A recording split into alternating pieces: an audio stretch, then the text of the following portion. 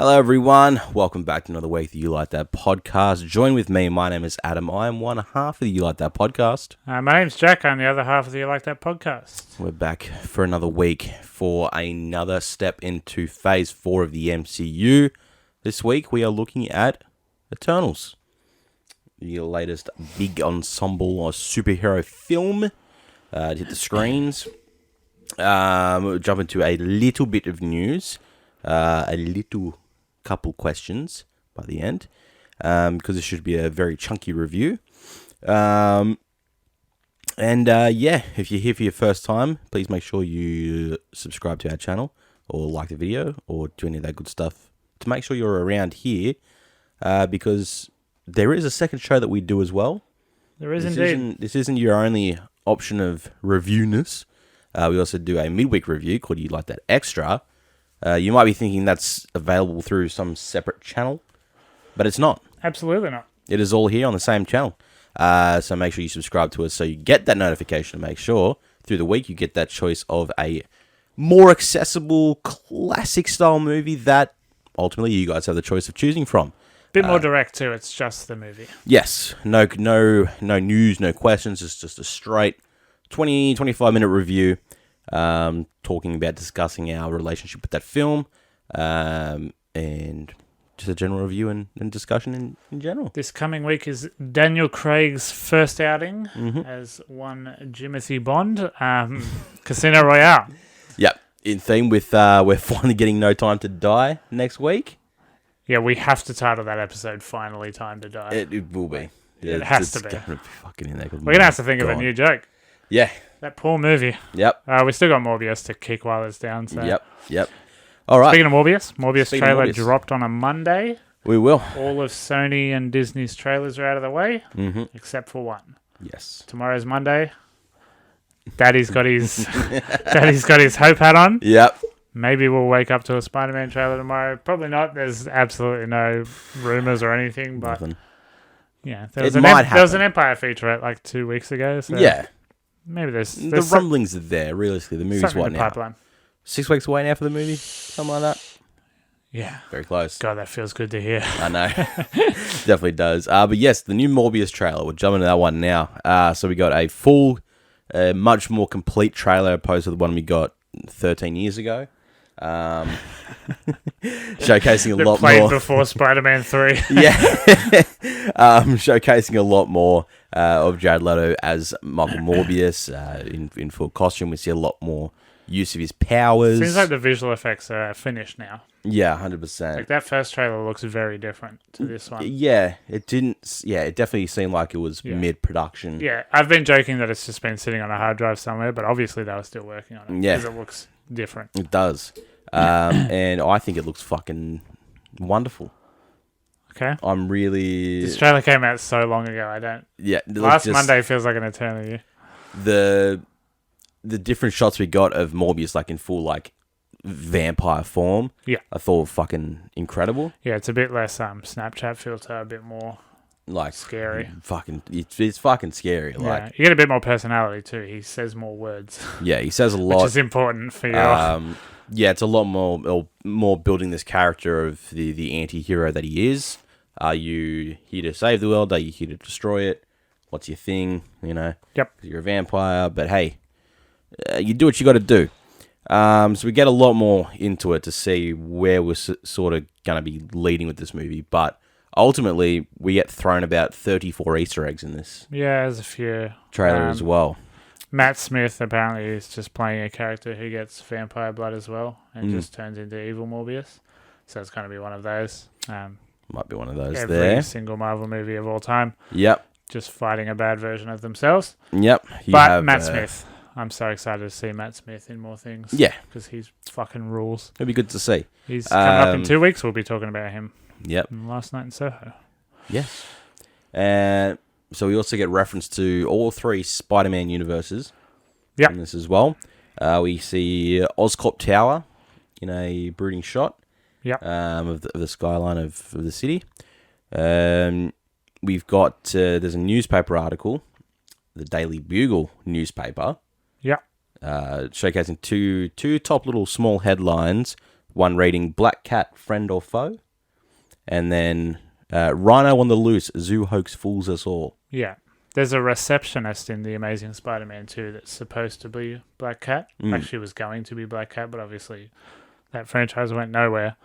And yeah, that's like, people are learning that now. It's like 6 years since that movie came out. Yeah, yeah. So we have those there.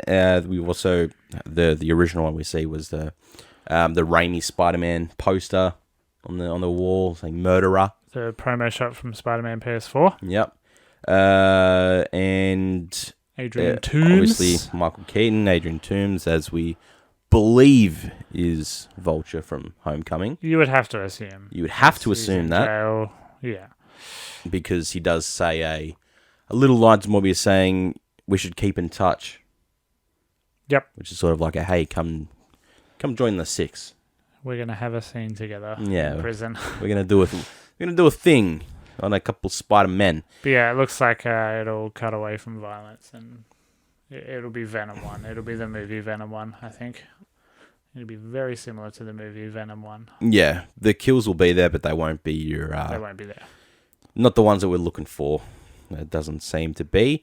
There was also the Venom...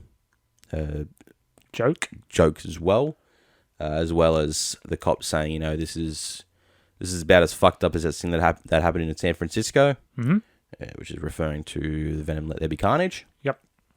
And then obviously the joke at the end is, who are you? I'm Venom. Nah, I'm just Dr. Michael Morbius. Yeah. Lol. It's funny, little couple wits in there. The problem is Jared Leto has all the charisma of a drop kebab, so that line doesn't really... Yeah, I know. But really... I love him as an actor so much, but just as a human being, I just hate him.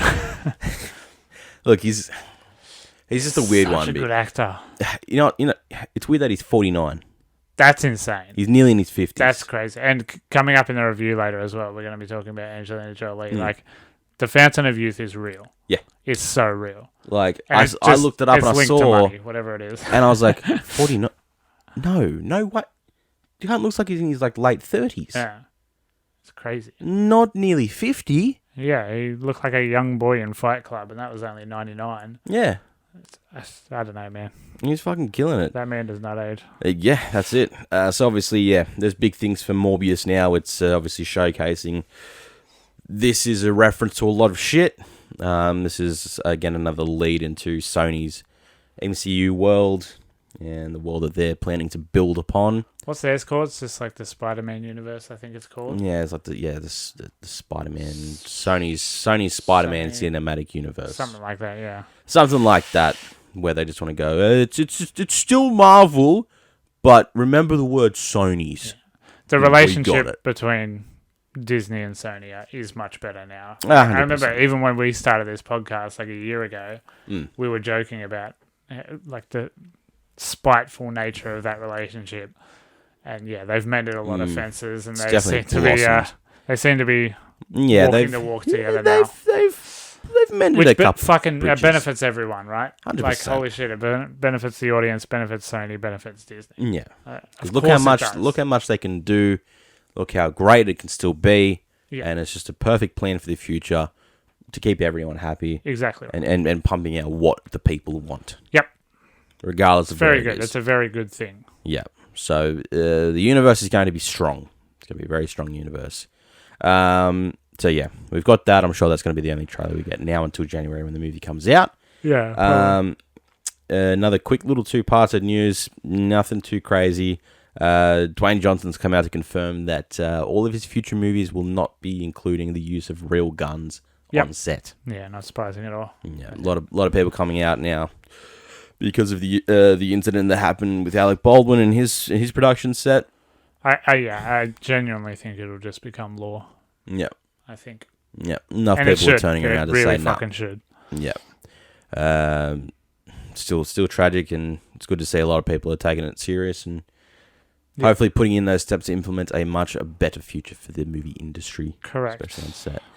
Last little bit, Chris Pratt back on the radar, isn't he?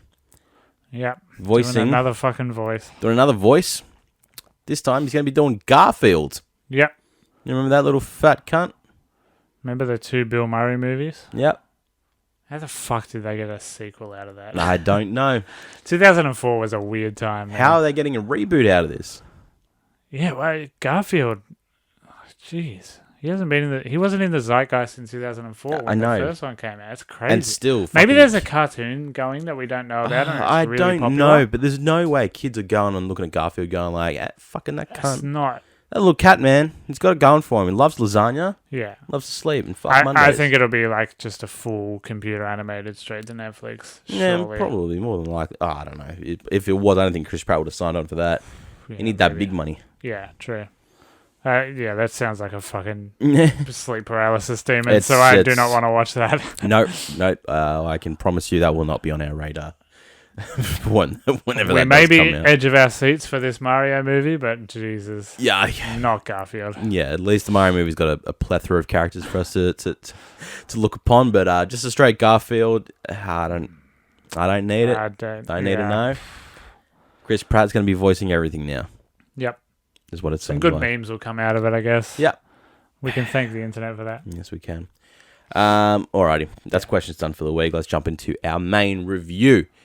Guys, this week, as I said, we're reviewing Disney Marvel's Eternals and looking upon this stacked movie, long movie, and see what we all think. So Eternals, released 2021, directed by Chloe Zhao. This is only her fourth film directed. Her last one won Best Picture. Yeah, Nomadland. Frances McDormand. Apparently it's really good. Apparently it's on my radar. We'll have to check that one out.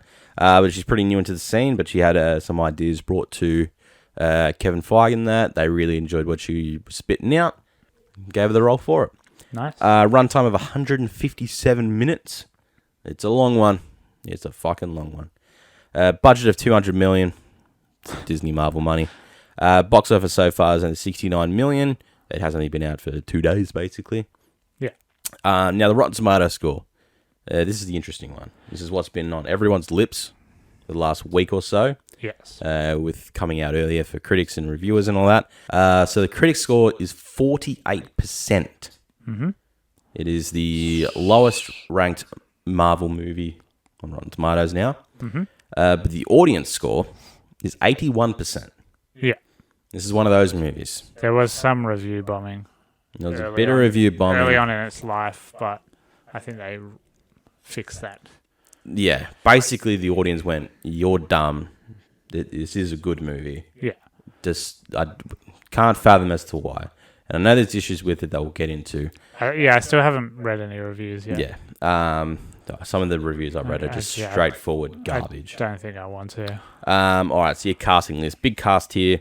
Go through them in order here. So we've got Gemma Chan as Cersei, Richard Madden as Icarus, Angelina Jolie as Athena, Salma Hayek as Ajak, Kamal Nanjiani as Kingo, Leah McHugh as Sprite, Brian Tyree Henry as Fastos, Lauren Ridloff as Makari, Barry Keoghan as Druig, Don Lee as Gilgamesh, Kit Harington as Dane Whitman, Bill Skarsgård as the voice of the Deviant Crow, David Kate as Arisham the Judge, voice of, and then Harish Patel as Kurun. So that is it's a stack cast. A few names there. You obviously you'll know. It's fucking huge. It's a lot of people. I'm not going to remember any names. Nah, that's all right. I'm here for your guidance and help if you do need. Thank you. In saying that, Jack, Eternals, what are your thoughts on the Eternals? Yeah, I really like this. I think it's really, really good. Visually fucking astonishing. It's one of the best looking movies. And not even just in the visual effects, just in everything. Costume it's design, such everything. a fucking good looking movie. Yeah. Didn't feel the length at all, which is a very good sign. Yeah. I was just totally engrossed, totally, all in. I saw it with Alyssa and we were cracking jokes and stuff, but even still, just fully in. I don't know. It's a bit inaccessible, I think. I think it's a lot for someone.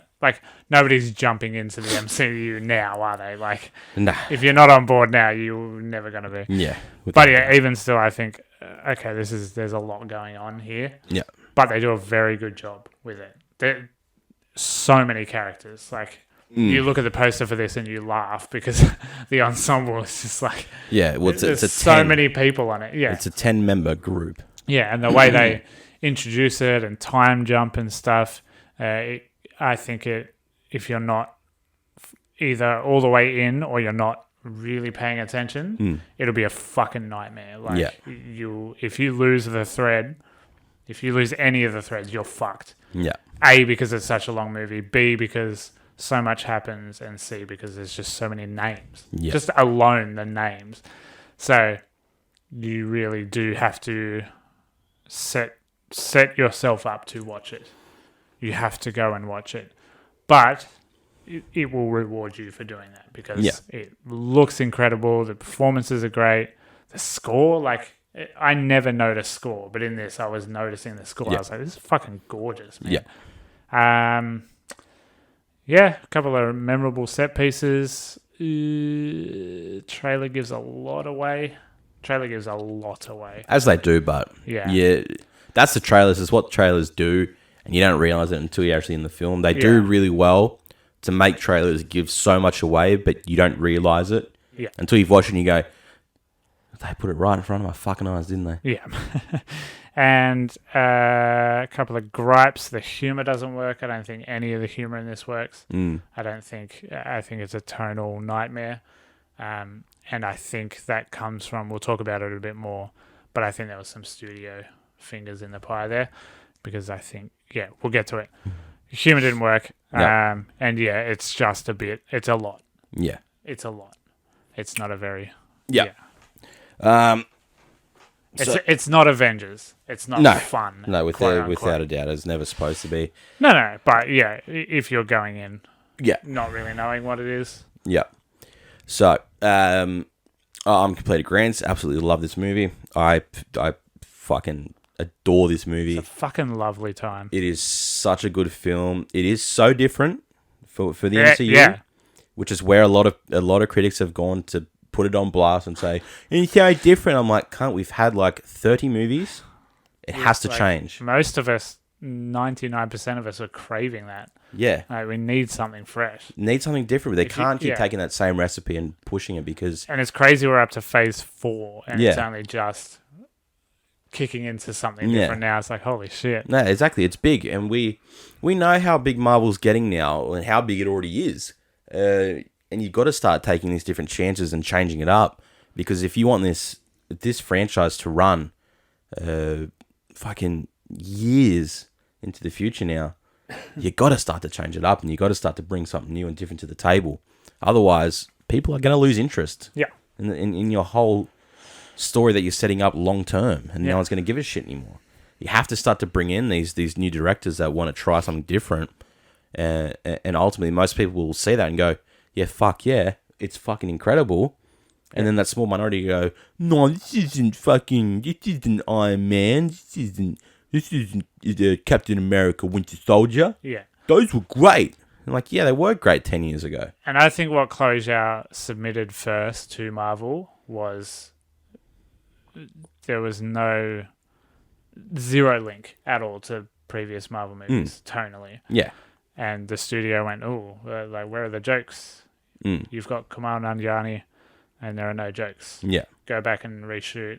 Put this character in that's not funny, but is desperately trying to keep people awake. Yeah. And you don't need that when this movie is this good. Yeah. And like, it feels so tacked on, the humor. Yeah. There's not a lot of it. It definitely feels like, mercifully, there's not a lot of it. Yeah. It's not. It's barely any. But definitely for the tone of this movie, you didn't need to have any of that humor, regardless of how long it is and that. Yeah. This is a movie that doesn't need to be broken up with cheesy humor. Yeah. But I know why they did it. It's such a studio thing. 100%. But I mean, the one good thing they did is Marvel did let Chloe shoot on location for pretty much a majority of the movie. Yeah. Which she had these certain camera techniques, 360-degree type ones, that she loved doing with Nomadland. She's very happy to do that in this film. Yeah. So I think why this movie is so visually amazing, because they gave her the power to do how she wants to do it. Yeah. And it fucking pays off because the movie, as you said, it is absolutely flawless in how One it of looks. the best fucking look. Like, it looks incredible. Without a doubt, because it's not shrouded by darkness for a lot of it. Yeah. A lot of it is light. Considering, you know, we've got the Eternals fighting these massive CG deviant beings. Yeah. Which in the trailer I was like, oh god, they're just doing that, but In it, there's a purpose and they look great in it. in it, they fucking look Kind of good. spooky. They've all got their own feel. They've all got their own certain look, which we'll get into, like the creation that are from them. But as the main one, Crow, is evolving and moving forward, you know, he just starts to get better and better and better and looking, and everything just looks fucking amazing for it. But yeah, set design, costume design, like I love all their costumes. Costumes are great. Eternals in costume look amazing. Yeah. I love everything with the way that like the way that their attacks are made and what they have on their ships and that, and their suits with like the gold fucking emblems, and they're all going like genty symbols and shit. I'm like, it's fucking mad because it looks good. It sticks to film so well. And yeah, the look is just ridiculous now. The laser eyes look so fucking good. Yeah, they did and really the sound good. effect that goes with it, like especially in a cinema, it was so cool. Yeah, Sir Richard Madden's character Icarus is the more quote unquote next in line leader. He's Homelander, he's Superman. He is basically Homelander Superman, even referred to as Superman. Yep. In it as well. Flying still doesn't look quite right. Yeah. They're still struggling that with movies, and especially the fast running. There's a fast running sequence later that's like, is this a CW show? This it looks better than the CW looks better than show. CW. But it's funny, it's just like, okay, it's 2021, Hollywood still hasn't nailed it yet. Yeah. And I don't have the answer. No, it's a hard one to nail because it's just like, ooh, okay. It is so impossible, and how do you get that to shoot properly? Yeah. I think it's sort of all you can do is how they've done it. Chuck them on a green screen, put a Bunnings fan in front of them, and let them rip. Yeah. But, you know, this movie has done a lot to, as we say, change up the universe and that, and it's done a lot to bring different stuff into this film. So we've had a big addition of multiple out there scenarios that we wouldn't see very often.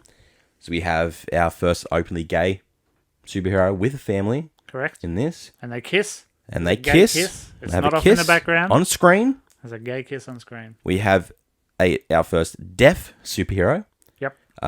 Which is Lauren Ridloff's character, Makari. Mm-hmm. She does sign language and everything throughout. Yep. She's amazing. And we then also get a sex scene.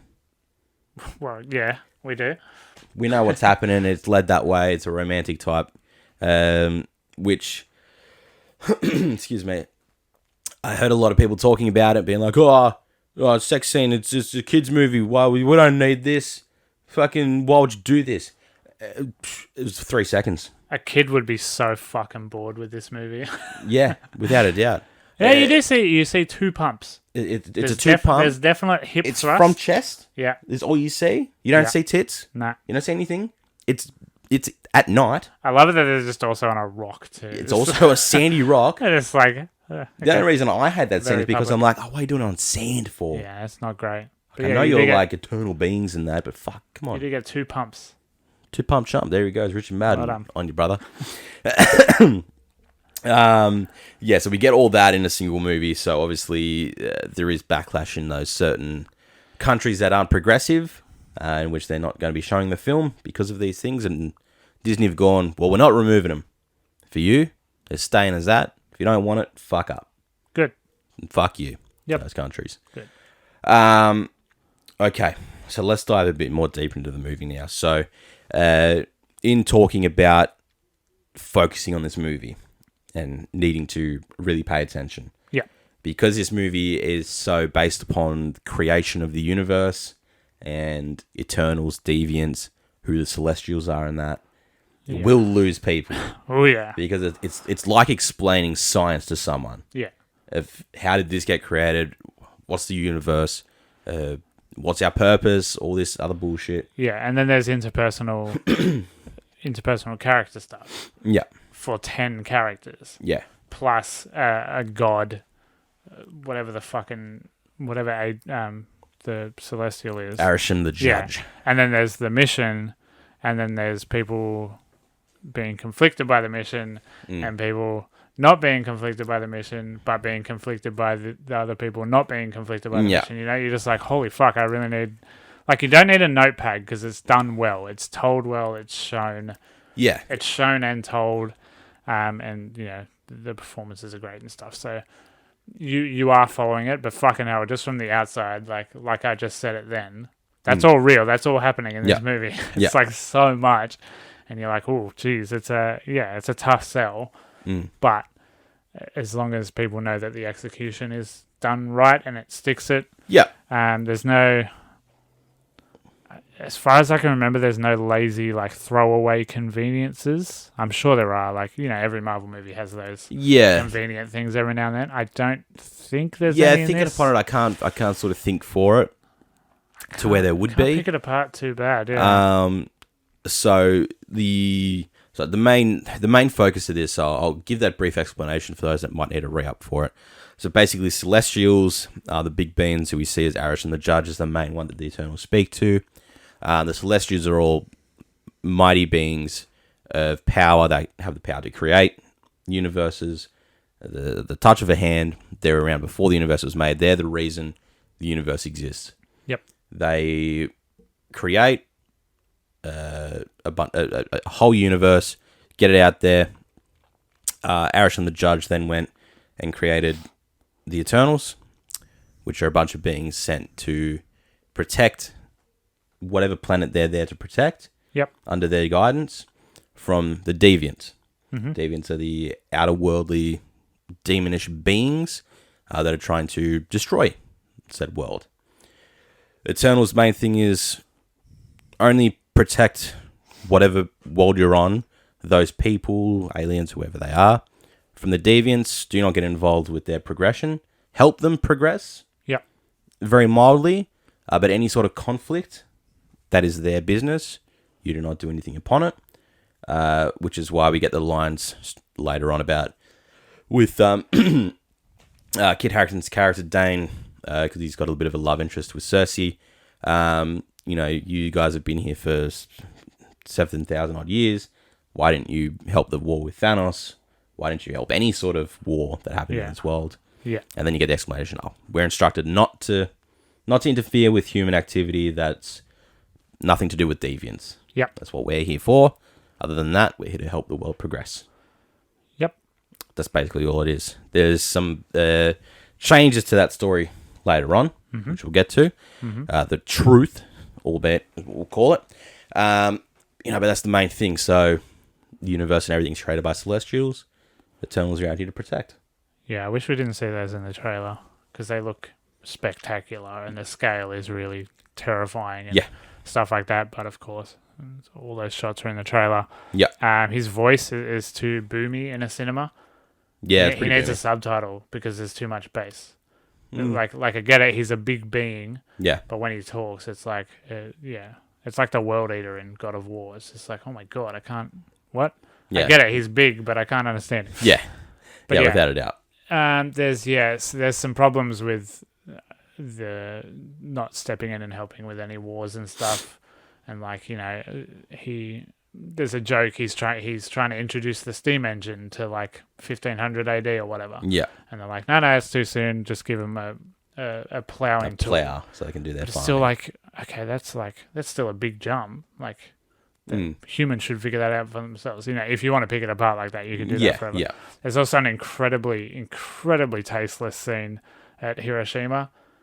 And I get it. It's this big emotional scene, and one of the characters, it's there. He's losing his faith in humanity, that's right? Fastos. In human beings, and he's crying out and he's screaming, and he says, "This is at Hiroshima, by the way. These people don't deserve to be saved."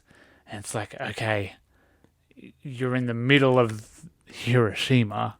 Yeah. You shouldn't say something like that. Scene really, it didn't bother me because I'm not Twitter. Yeah. But I was just like, I get you have to show a world event to show why these beings would lose faith in humanity. Yeah. Maybe not that. But I know, but when you look at that... Maybe just make up a war and say, you know... You got to keep it relevant, though, to the world that we're in. Yeah, I know. I know it's a tragic event and all that, but realistically, You're not going to show the Holocaust. You're not going to show 9/11. No, yeah, fucking. God, I think no. Hiroshima is the safest one to do. There's no real easy. You can't dance around genocide, but still, Yeah. I just think, man, with the visual of him in, like, it just happened, and I was just like, Yeah. okay, Look, okay, get it? I get it. It gets the point across, but it just felt super tasty. But it is the best way to say that, though, as, humans, not just the people of Hiroshima. No. That the whole world And is I get not it, worth yeah. saving because you give them a certain technology and then this is what they do with it. Yeah. And you it's see completely true. That's the world we live in, Yeah. where everything's just evolved and everything has to be war because the world is fucking dumb. And then, some of them within it, really struggle with that conflict of like, no, we have to step in. And that's when you lose Digimon. What's his name? Druid. Digimon.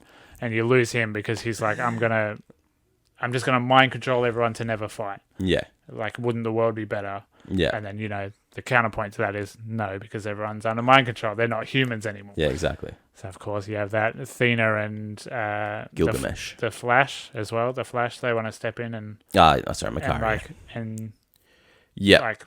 stop fights and stuff before they happen or whatnot. And they're kind of all doing it hush-hush. So, who knows what they're actually doing to humanity. Yeah. Yeah. So we get all that sprinkled throughout the film of them being in certain world events and that, and how they're progressing that part in time, and the reason as to why they end up breaking up and separating anyway. Because as we said, some are all for, this shouldn't be happening. We should help, and I was like, well, we can't. It's not our mission is to not do that. Whatever else. The mission is to get rid of all the deviants, and they do it. Yeah. They do it in 1500 AD. They get it done. They get rid of them all. They're like, look, the last deviant's been taken care of. With this is where we should all split. Yeah. Maybe one day we'll meet again, but until then, you're all free to go live a life in this world. Mm-hmm. Find purpose. Find a purpose for yourself. Big theme. Finding purpose. It's a really big theme. I think we got to start spoiling it. Yeah, because we've pretty much said everything we can without spoiling it. Yeah, so that's all your spoiler-free stuff. We're going to jump into a spoiler zone now. So if you do still want to go, haven't seen the Eternals yet, we're going to start spoiling it now. So we're going to talk about some deaths, some post-credits, mid-credits, and you stuff. should before you enter the spoiler zone. You should go and see it. Definitely, please go and see I it. think It is a big step, and I said this way before we did this movie, that this is a big movie for the MCU and for the future, and I still stand by that after watching this movie. So I really think you need to go pay attention to this movie and really understand where this future is lying with the MCU. But even if you don't care, it's just a good movie. Even if you don't care and you just want to see a couple superheroes do some cool shit, this is the one to do it It's at. just a fucking cool movie. So go see that. Once you're done in 4 hours' time, come back to us, and we can all talk about what we saw. So I'm going to give you 3, 2, 1. You're in the zone. It's time to get spoiled and talk about this in depth. So Salma Hayek, for one, dies pretty fucking quick. Yep. Throughout this Not movie. in it a lot. We get the big introduction to the start between a bunch of the characters, and then I think it's only about half an hour into it. If that, is where we see her dead. Her dead, yeah. And I saw that and I went, fucking okay. Because she's the leader. She's the leader. She's the big prime boss. Eternal, Ajak. But we get the story as it unfolds further and further. That it was actually Icarus who killed her, because obviously so we'll talk about their real mission. Yes. So the real mission behind the Eternals, because it seems so weird. You're just like, oh, they just got to wipe out these deviants, and they're not that hard to kill. Like, and because in that first half an hour they do a lot of deviant killing, and you're just like, oh, that seems really easy. A lot of good fights, and you go, okay, sure. So you start asking questions about why this is a 3-hour movie. Yeah. So we get the truth behind the real mission eventually throughout this, as universes are created, lives are given, the Celestials then implant seeds throughout the universe in random planets to spawn new Celestials. They just do a big cum into space. They do a big cum into Wherever space. the cum lands. Plant a seed right in the middle of a planet. Yeah. Unfortunately, Earth was chosen as one. Yeah. So the whole purpose behind Earth being created is to give birth to a new Celestial, who in turn, that Celestial will create life to 1 billion new universes. Yeah. So it's sacrificing one planet's life to create billions more. You've heard it a million times. We hear it a lot throughout that movie is why save a planet just to prevent the life of billions of others going out as well. They've had their time. Yep. Now it's time for billions more to have theirs. And thus, the Eternals living amongst humanity, they develop humanity themselves. Yeah. They develop emotions and feelings and Yeah. purpose. However, So the Eternals themselves are upon the creation of Arishem and the Celestials are not... they're told they were taken from the planet Olympia. They're a bunch of great warriors, and they're chosen to be these Eternals to protect these planets. They are nothing more than essential robots, in a way. they're just a bloody hard drive. They're a hard drive with a factory where a bunch of bodies get pumped out. Once their mission is done on a planet, their memories are erased. Yeah.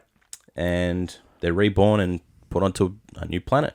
Mm-hmm. So there's many Eternals out there. That World Forge scene is gorgeous. It is incredible. Fucking incredible. It's not a set, it's all digital, but that design is unreal. Yeah. It's fucking unreal. Looks really cool. So it plays into the term of they don't remember because of obvious reasons.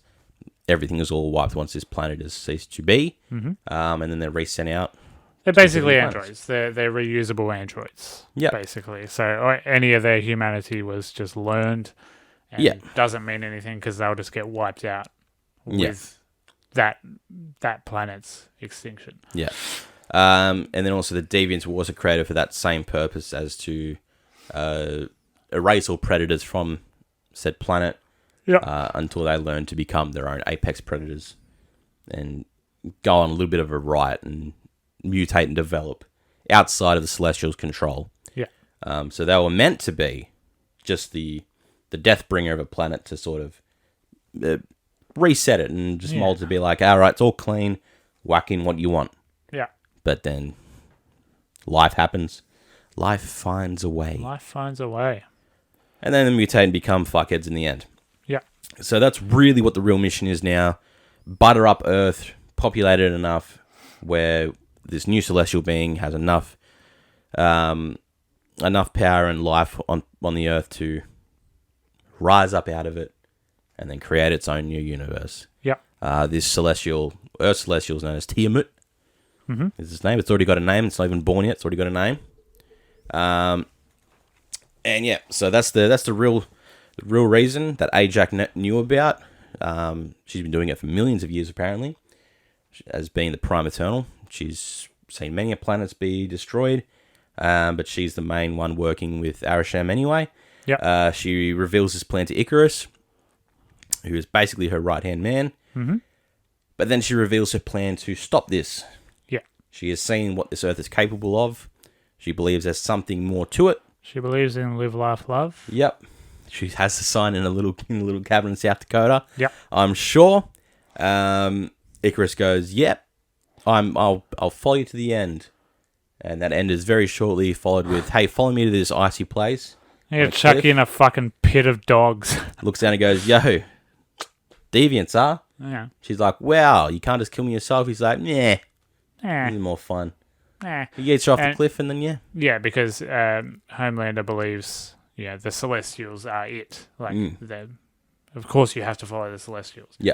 It's probably a big metaphor for Christianity or whatever in there. More than likely, yeah. But yeah, I just took it as big space things. Yeah. I didn't look too much. I didn't look too far into the religious aspects. Big space things probably stronger than me. Yeah, the religious extremist. What if a religious extremist had laser eyes? Yeah, basically. Turns out he does a pretty fucking good job. So he's all for. He's a company man. God, Richard Madden, by the way, so good. He's really fucking good. He's good. He's such a good character. And I love that they just let him do his completely indecipherable accent. Yeah, that's his real accent. He's like, what the fuck are you saying? It's a bit more. He's a bit more easy to understand than McAvoy. Oh yeah, yes. The same place, but McAvoy's is a lot heavier. Yeah, I got by without subtitles. Yeah, this, but it's okay with this McAvoy, no way. Yeah. Company man. He's all for the destruction. Doesn't tell anyone that he actually killed Ajak. Yeah. He just brings the body back after the deviants suck out her power. Yeah, and it seems like he doesn't have any humanity. He's just like, yeah, whatever, I'm here to do a job. Yeah, whatever. he's here to do what his purpose is. Except that sex scene had a purpose. That sex scene had a purpose, Because the obviously. power of the pussy. Yep. Saves all. Icarus and Cersei were a thing for thousands of years. They were dating together. Were married. They were married. Bit more than a thing. Bit more than a thing. Until he fucked off and... He literally just yeeted himself. Yeeted himself out, and she's like, fuck, I'm going to get me a little nice English boy. I'm going to get another Game of Thrones I'm alum. gonna get another Game of Thrones guy, get Kit Harington. So yeah, we get all them. The rest of the movie is sort of banding to get the rest of the Eternals back together. Yeah. So, Deviants are back. This thing is happening now. We figured it out because Ajak is the one that talks to Arishem. That power is then passed down from her to Cersei as being the new leader of the Eternals. Yep. She then gets to speak to Arishem. Arishem tells her all the secrets, and she's like, "Fuck that." Yeah, which is why, like, everyone's like, why did Arishem choose Cersei and not Homelander? Because the Celestials knew that he's a prick. Yeah, basically. They knew his nose was brown as fuck. Yeah. But yeah, she obviously didn't realize that she is all for humanity. Yep. Loves the world. And I guess that's why Ajax Spray and White chose Cersei. Yeah. Like the Celestials wanted Homelander, but yeah, they chose Cersei, which is a Game of Thrones name as well. Yeah. It's fucking killing me. Yeah, because she knew she would do the right thing. They knew. She knew what was going on. Humanity, innit? Yep. So everyone's sort of bringing everyone back together. The movie explains it much better than this, by the way. Yeah, 100%. So we got all them. Everyone's starting to come back together. And As that. you'd hope. The big thing, we'll start with Angelina Jolie's character, Athena. Yep. She's under some illness, disease of sorts, but really it's just the android program going bonkers. It sounds like Mad Cow, and I know they're not saying Mad Cow. Mad weary. But yeah. That's what they're calling like it. Every time they say it, they're just like mad, and I just think the next word's going to be cow. I think it's cow, but it's not. Yeah, she's having these spikes where she loses control of herself. It's kind of like, it's like God dementia. Yeah. Sort of. Essentially, she loses it and starts attacking everyone else. Yeah. Gilgamesh is then her sworn protector. Best character He in is the movie, I reckon. Don Lee is incredible. He is a fucking king. Him in Train to Busan is incredible. He's in Train to Busan. Okay. You'll love him in Train to Busan. He's the strongest of the Eternals. He's a big Hulk guy. He's a big Hulk guy. Smashy boy. Very, very easy. He's the one that can control her. So ultimately, when they all go into hiding and living, he stays with her to protect her and make sure she doesn't completely lose herself. Full-time carer. But we sort of then go to realize that this was actually because as she was reborn as her Eternal, her memory bank got a little bit fucked up and didn't get completely erased. Yeah. So her back of her mind, she knows sort of, hey, Some everything's things. fucked. Yeah. We're not who we think we are. I'm Correct. not from Olympia. I'm not some fucking goddess of war and whatnot else. So they have their moments in that. Everyone else is doing all their things. Kamal Nanjiani's character is just Bollywood superstar. Yeah. He does this cool thing. I liked it when he's on his private jet and they're like, so you're a Bollywood star, but you've been around for hundreds of years doing these movies, and everyone just thinks you're fine. He's like, no. This is my great-great-grandfather. This is my great-grandfather. This is my grandfather. This is my dad, and this is me. Very simple solution. Yeah, and it works because it's just slap a mustache on yourself Yeah. for a couple of years, and then you're all good. Good to go. Yeah. So he's all Bollywood. He's got his right-hand man, Karun, who is the cameraman because he wants to do a documentary on everything. Yeah. Yeah, he's like Johnny Cage. He's like, very Hollywood. Johnny Blaze in Fantastic Four as well. Just like, totally. Everything's a show. Everything. You can milk a buck out of anything. Even though I'm a god, like an all-powerful god, I still want to, milk it and sell merch and stuff. Yeah. Which is very funny. Kamal Nanjiani is fucking incredible. Yeah, he's incredible. I love his powers in this as well. He just looks so cool. Yeah. He's just got this swagger behind him. It's just like impossibly cool, and like you really feel like he doesn't care to use his powers unless he absolutely has to. Yeah. Yeah. It's cool. Basically. And you learn this, like I was saying, there's such a big ensemble, but you just know all this. You just learn it. Like, they give everything enough time. Yeah, it is super inaccessible, but there are elements of being accessible. And just that the way it's told, you know just enough to care. Yeah, 100%. Right. There's an early death. Like Gilgamesh, I love so much, and his death, it doesn't hit that hard because you don't know as much about him. Yeah, because you can almost see the writing on the wall when he's introduced. You're just like, oh, he's too nice. He's got too much humanity. He's going to be that one. I wonder what's going to happen. Yeah. He gets his untimely death as well, protecting. They have a big fight with the Deviants back in Druig's little village that he's made in housed for hundreds of years away from humanity. He's a little fucking weasel, that cunt. I hated him. But that's the point. That's his character. But I like him by the You're end supposed of it. to. He comes around. He does come good at the end. Angelina Jolie, fucking, she did that crying in that scene. That felt really real, and it was like, oh yeah, she's like one of the best actors on the planet. Yeah, like, I forgot. The only thing I can't look past with Jolie is just the lips. Yeah, but I just forgot that. Just like, holy shit, this is one of the biggest stars in the world. Is in one of these movies. Like, Robert Downey Jr. is the biggest star in the world because of Iron Man. He wasn't the biggest star in the world before that. And it's, good get getting Angelina. Good get for him. There's massive sequel bait at the end, so it looks like she's signed on. So far, spoiler, she survives. She's fine. Yeah. Everything else happens with the story. We're progressing to the point of a bunch of them want to help to save the world, and then Icarus is like, no, I'll fucking kill you all. Yeah. If I have to. And with Icarus being the most powerful, it's just like, oh. Out of all of them, he's like, that's actually interesting. He's like, you're not going to stop me. Of all the people to rebel, you probably don't want him to. Fuck, he did it. Yeah. Little Sprite is his little bitch because she's in love with him. Yeah. She's also the kid of the group. But she's a child. She hates being who she is because she wants to live and grow, but she can't. She's an illusionist, so when she's out, she tries to go to clubs and that and just illusion herself as an older person, but ultimately it's like, it's all for nothing really, isn't it? Kind of weird. Can't do anything about it. So she's a love interest there, love triangle with Cersei, obviously. Well, yeah, it's not real because Homelander doesn't even know.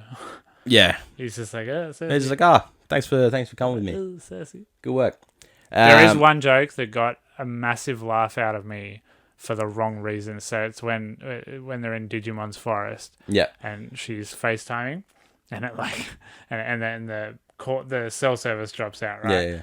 And she's like, "Oh, you're breaking up," and Homelander's just there, and he's like, "You're breaking up," and he gets heaps excited. Yeah. And the theater did not laugh at all, but Alyssa whispered it. I can't repeat this joke here because it involves names. Yeah. But Alyssa whispered a joke in my ear, and I did the ugliest, loudest laugh. So everyone in the theater must have thought I just thought that was a fucking ripper of a joke. Yeah. But it's a good joke. Yeah, it's funny. He's like, how do you take it? You can tell the humor doesn't work because I remembered one joke. Yeah. Yeah. So we get a whole bunch of more just everyone fighting each other and then getting to the end. So let's just jump straight to the ending. The world is starting to end. The Celestial Tiamat is starting to come alive based on sort of volcano out in the middle of nowhere on an island. Very convenient. No one around to sort of experience that. However, once the Celestial is starting to rise from the fucking earth. Yeah, good sense of scale in that scene. Very good sense of scale. You just see some rocks raising and you're like, what the fuck's that? And you're like, oh, that's just a finger. Yeah, it's just like it this is a massive finger thing. and that's it. Holy shit. All right, they're doing the scaling thing really well here. They're doing the thing. So big fight now. They're trying to combine all their power with Druig because his power is the mind control. They're going to try and put him to sleep. Yeah. But they have to sort of combine their powers. So they take the little sphere ball from Cersei that allows her to talk to Arishem. Yeah. Phastos fashions some bracelets in which they can bring their power together and make a uni-mind, as it is so called. They get that to work, puts him to sleep for a couple seconds, and then Homelander fucks him up, puts him in the ground. Sprite then completely stabs Cersei in the back. Literally. Then there's a big fight scene happening on the beach. Which is fucking great. Some of the incredible choreography, and it's moving really fast too, but you can follow a lot of it. That's on location as well. That wasn't a beach. Homelander is getting fucked up by Yep. the Flash. Like, just Yeah, Makari is really annihilated going against for some it. rocks. Fastos is doing his engineering shit and Yeah. controlling him. He's just got this going like, I've wanted to clip your wings for so long. Yeah. Stop him from fucking Supermaning eyes. Yeah, and then Pennywise comes in. He's like, I'm still alive. Yeah. Suck Angelina Jolie's Crow power. the Deviant comes in because his whole thing is he's been coming to take all the powers of everyone. So he's obviously taken Gilgamesh. He's taken Ajax's power, which slowly mutates him further, to which he then looks like some sort of man fish. Yeah, he looks a bit like the Martian from Yeah. Justice League. He starts talking. He gets Jolie. She goes a bit mad weary. He controls her. Goes to suck up her power, and then she just fucking yeets it, creates a spear, Yep. and slices him up like a fucking tin of sushi. Yeah, And then he's gone. it's pretty easy. I didn't see it coming. I was like, that was quick. No, yeah, I didn't expect it either. I thought he was going to have a bit more. Yeah.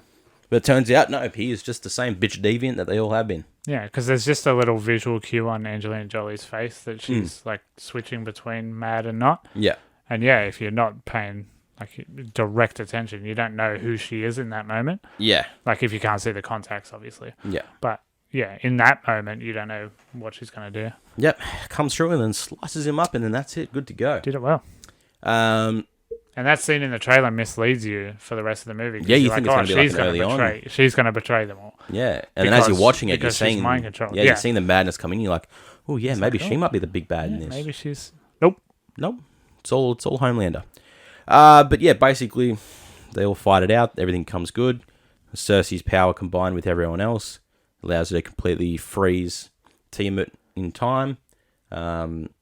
Looks great because you've got like a bunch of like the fingertips all coming out of the ground. Yeah. Around the earth, sorry. Way off in the background, you can see part of the head started to form. Yeah. And you're like, It's creepy. it's creepy. It's That's fucking, it's unsettling, full on. yeah. I love the disparity in powers as well. Like, yeah, we've seen 20 minutes of the Flash and Homelander flying and running super fast, and Cersei's like, "Oh, I've got to get closer," And she's just and running. just jaunts away. Just running, trying her She's like- absolute best. She's like, "Yeah, okay, I have powers, but I still gotta fucking walk all this way." Jesus, that's very Yeah. funny. Yeah. So yeah, everything comes good. They stop it all from happening. The world wins. Icarus then Fucking yeets himself into the sun. he literally yeets into the sun. There is killing yourself, and then there's making a statement about it. He just flies Yeah. directly into the sun. And I guess that's the only way he can die. Obviously, yeah, he's Without sort of like, deviance. I fucked up, but I can't. There's no way I should allow anyone to forgive me for what I've tried to do. Yeah, that has to be a homage to Christopher Reeve's Superman when he's looking down at the earth. Mm. Like, it's just shot for shot almost. Just like, just a little wink and a nod maybe. Yep. I don't know, but yeah, he just like glides seamlessly out of the atmosphere and stuff. It's just like, Straight into it. yeah, and his flying doesn't make noise. That bothered me the whole movie. I was like, there's no whooshing or anything. Like, I don't want to hear There's no capes cape. flapping. Yeah, I don't want to hear that. I just want to hear something. Yeah. Like, it just like glides in. Yeah. But it is what it is. Yes, everything all then goes back to somewhat normality.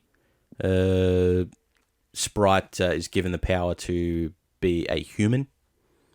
Yeah, She goes, I've got a little bit of power left in the Unimind if you want to live a life. You can't come back to it, and you will have an expiry date. You will die, You're not going to be in any of the next ones, is basically what they're saying. basically. So they turn her into a real person. She's now just completely human, allowing to grow up and do all the stuff she's always wanted to do. Yeah, and Commander Angiani and her have a little sweet moment earlier where he's talking about Peter Pan and stuff, and yeah, links to that. It's very sweet. Yep. But ultimately, we get to the end, which is now... We always look forward to the end of a Marvel movie because... God, it must suck to live in this universe. Like, Thanos only happened 5 years ago, and then they're watching the news again, and this massive like earthquake and shit. It's just Yep. like, fuck. We came close again to nearly just getting minced. Yeah. Like, And this you was must be just like... exhausted living in that universe. Yeah, and this wasn't a half like, oh, half of us are going to be all right. This is going to be like, oh, It is no, the fucking whole everyone, fucking bro. Earth is gone. It is everyone. Doesn't matter if you're good or not. Yep. You're gone. Hero or not, you'd be fucked. Does not as well. matter. Everything's going good. Cersei's back with Dane, back in England.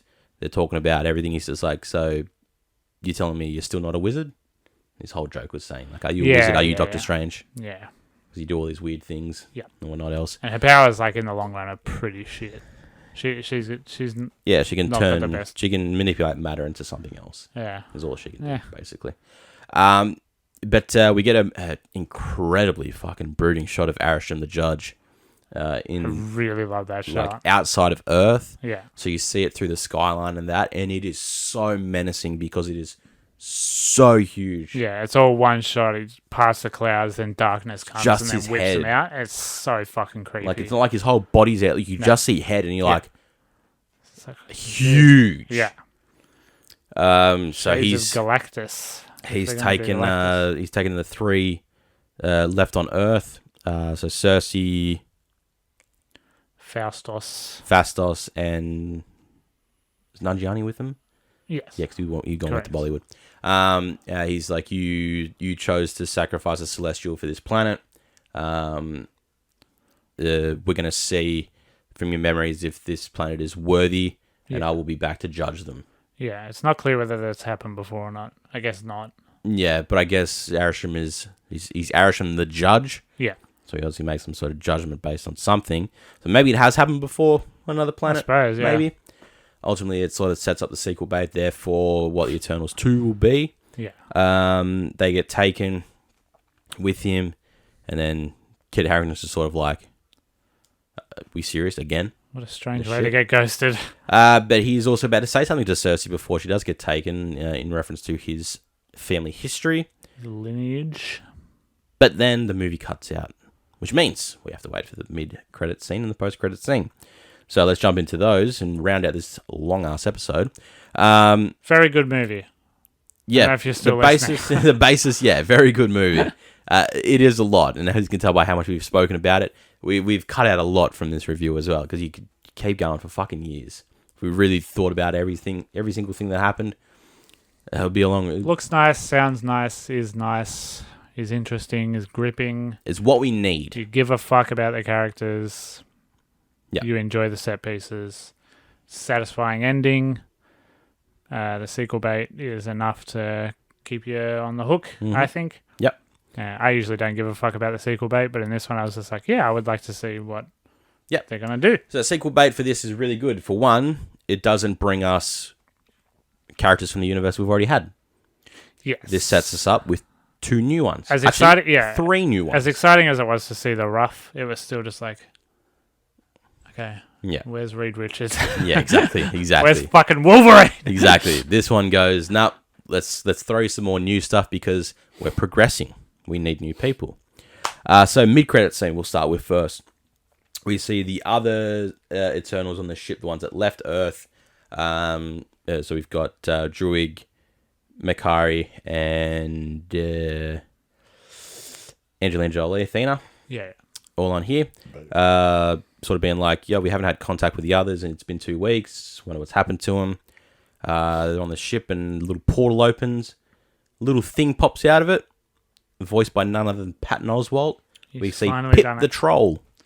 He's in the MCU. Patton Oswalt is in the MCU. This little troll. He's he's been on Agents of S.H.I.E.L.D. for 10 seasons, but whatever. It doesn't count. Agents of S.H.I.E.L.D. doesn't count. He's given a bit of an introduction. He's drunk off his head. Introducing this person as Thanos' brother, Star Fox. Yeah, in comes. Nintendo aren't going to love that. I know. In comes. Nintendo sue YouTubers for showing a controller. Like, what the fuck? Anyway. In comes Harry Styles. I can't believe that it didn't get spoiled for me. Like, yeah, I know. The second Will Poulter was announced, it was everywhere. Yeah. Every single fucking news outlet, even not related to entertainment, was still like, hey, Will Poulter's getting buff. But I think because that was an announcement of Will Poulter's character is going to be an integral part to the movie. Yeah. It's not going to be hidden. Yeah, that's opposed fair. to this, where a lot more places go, we should probably wait for... We'll hang on to it for a little bit. To hang around, and then we'll talk about it. The good outlets. Ultimately, I did unfortunately see it when the main ones came out. I got the last credits spoiled for me, but not the mid. Yeah. Harry Styles looks good. So Harry Styles playing Eros, brother of Thanos, Prince of Titan, also known as Star Fox. Is an Eternal in himself. Yep. He has a little... He's got a little ball. Chest sphere, so he can talk to... He's like, I can find where your friends are. I can help you all out. Because that's the Skype button. That's the Skype button That's to the how you celestial call of that Arishem. universe. Yeah. Yeah. Which might not be Arishem, might be someone else. You don't know. For his universe. You don't know what universe he's from. Exactly right. We'll get there. So, Harry Styles, welcome to the MCU. Yeah. Pat Oswalt, welcome to the real MCU. Despicably charismatic young man, Harry Styles. He is put the British in everything, man. Just like, you just want to hear him talk. He's got a decent voice. Because he's also just devastatingly pretty as well. So you're just like, I'll just listen to anything you say. Yeah. But yeah, he's got a swagger to him as well. He like waltzes in. It's just like, okay. Yep. As being one Prince would be, and that's sort of the character. More personality, man. These movies need that. Yep. So that's our mid. New introduction, new characters. More or less to the sequel is what we're looking at for that one. And then the post credits completely at the end. We dive into a last little look at Kit Harington. For anyone that is a fan of the comics and that know anything about it, Dane Whitman is also known as Black Knight, another character in the MCU. We see him in his little office area. He's got a big long box, opens it up, and it's the Ebony Sword.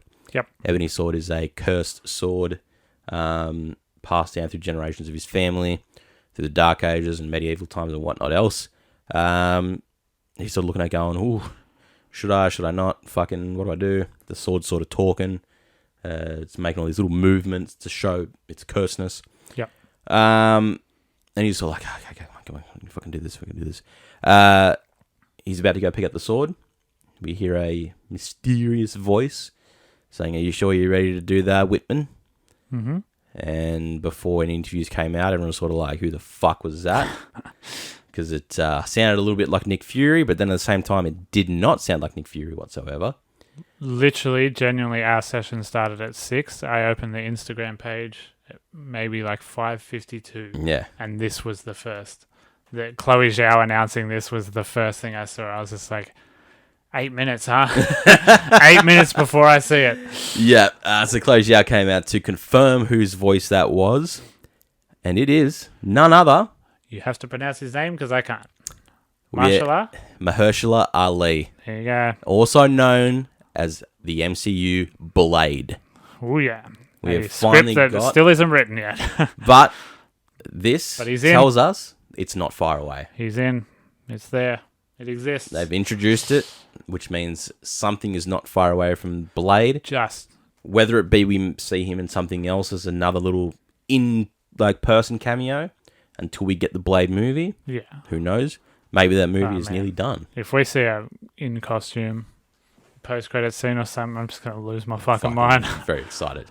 Bro. So that post-credits, we get the introduction of 2 new characters. Obviously, one of Kit Harington is going to be playing Black Knight in the future. Wherever that leads, obviously. Yeah, and I think the reason this is post-credits is because it's going to have nothing to do with the Eternals. Yeah. I think it's like... This is going to be its own thing because this isn't set still on Earth. Yeah. So he's going to go do his own thing, and then Eternals 2 is going to be its own thing outside in the galaxy. Yeah. Which I'm fine with. I'm cool with that. Happy with. Yeah. New characters introduced is what we want. Sweet. We want to keep seeing this type of stuff. But just knowing that was Blade, I got so much more excited knowing that now that is Blade. Mm-hmm. Because it's just, again, it's one of those things where it's like, all right, we got that announcement, fucking 2 odd years ago.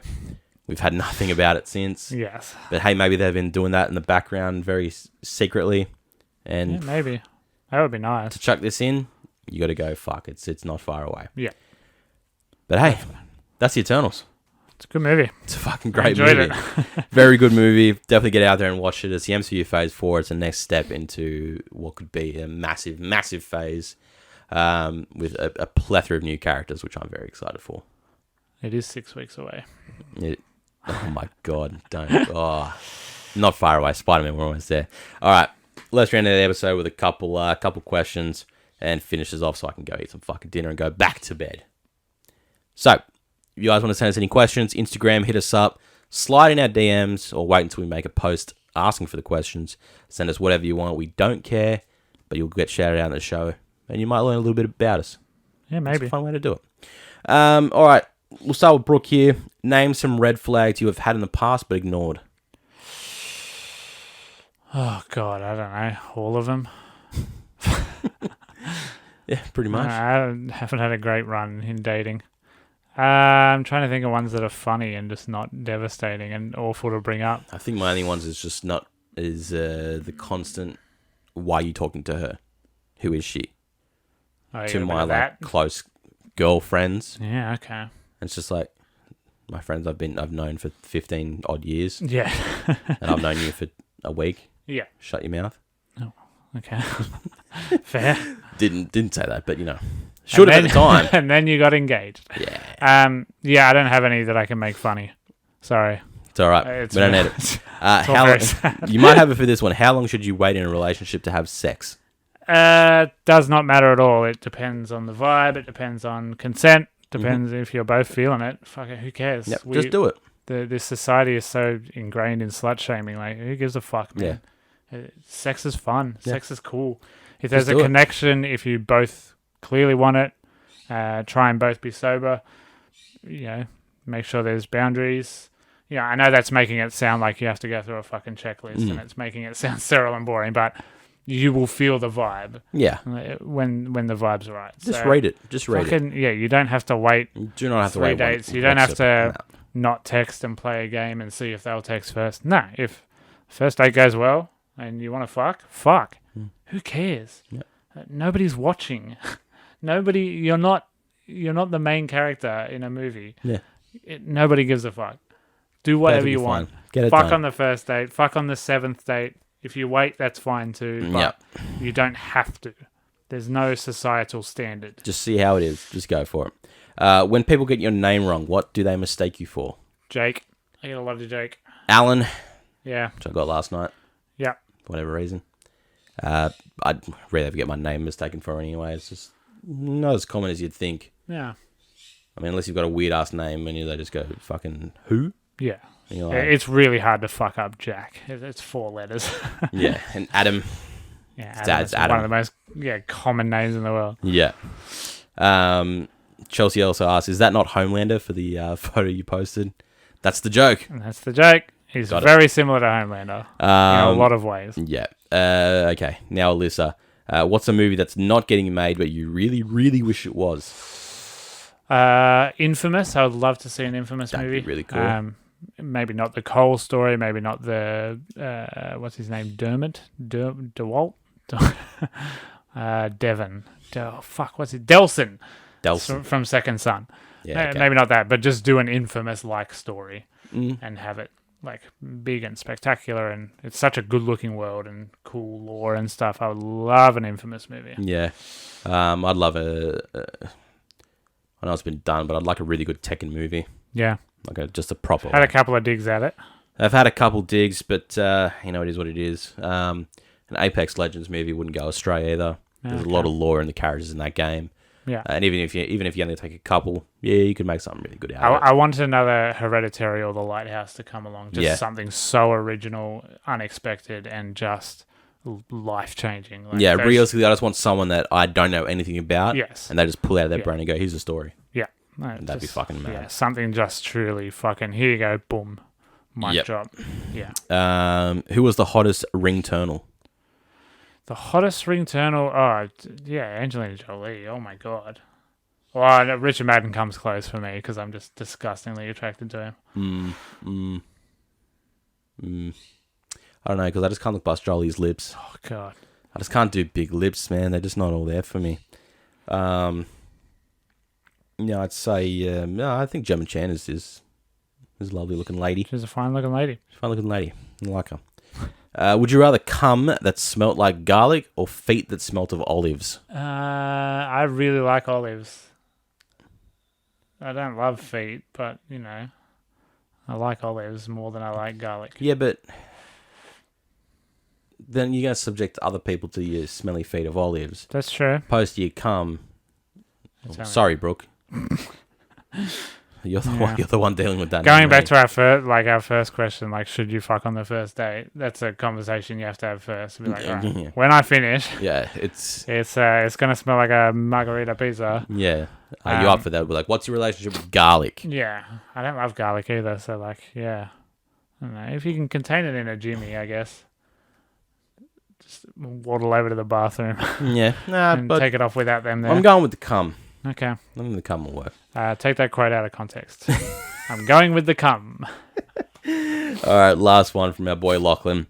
Favorite most underrated comedy or serious role actor? Mine is Ben Stiller. There is only one answer for this, and it's Jim Carrey in Eternal Sunshine of the Spotless Mind / The Truman Show. Both are very good movies, and Jim Carrey is just astounding in both of them, I think. Yeah. He also did The Number 23, which people hate, but I love. I love it. I like that movie. It's one of my favorites. People hate that movie. I don't know why. I don't know why. I think it's great. But yeah, he's serious in that, and he's very good. And he has long, goth hair. Shout out. Yeah, he does. Shout out. I'm trying to think because I got absolutely fucking nothing. I reckon Andy Samberg is going to do a great serious role one day.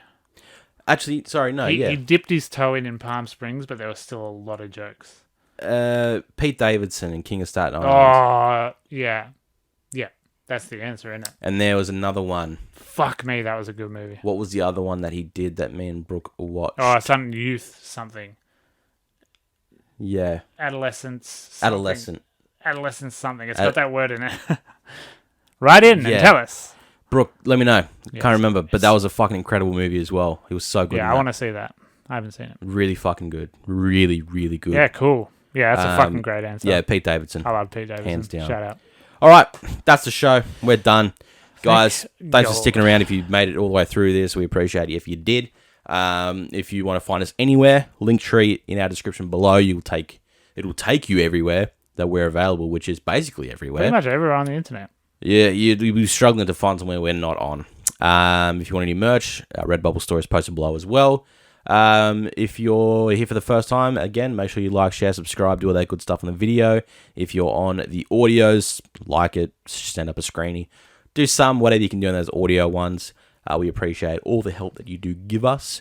Again, we do a midweek show. You like that extra this week? 007 Casino Royale. In tandem with No Time to Die to follow for next week's main show episode. I think that's about it. It's kind of it. That's it. So, we're saying that, guys, until we see you all on the next one. My name is Adam, and I've been one half. You like that podcast? It says a Spider-Man trailer. I'll do a video on it whenever that happens. My name's Jack. I'm the other half of the You Like That podcast. We'll see you all next week. Bye.